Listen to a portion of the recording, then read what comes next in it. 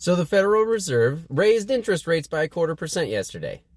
Now, before you have a panic attack, let me tell you what that doesn't mean. It does not mean that mortgage rates went up 0.25%. It doesn't mean that everything you buy is now suddenly going to be more expensive. It doesn't mean that Joe Biden's trying to kill all the jobs in the country. It doesn't mean that the sky is falling, and it also doesn't mean that inflation is over and we're not going to see any more rate hikes. Now, here's what it does mean. A 0.25% hike is much lower than what we've seen over the last several months, which means that the Fed's plan is kind of starting to work. This increase was also pretty expected, which means that the stock market and mortgage rates kind of already priced this in several weeks ago. It also means that banks charge each other 0.25% more for overnight lending, which only has an indirect effect on consumer expenses. It also means that consumer loans like credit cards and auto loans are now going to be a little bit more expensive.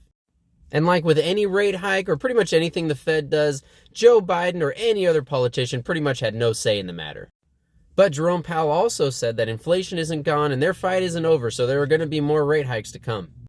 But let's keep our fingers crossed they look more like this one. How's that? You feel better? Have any questions?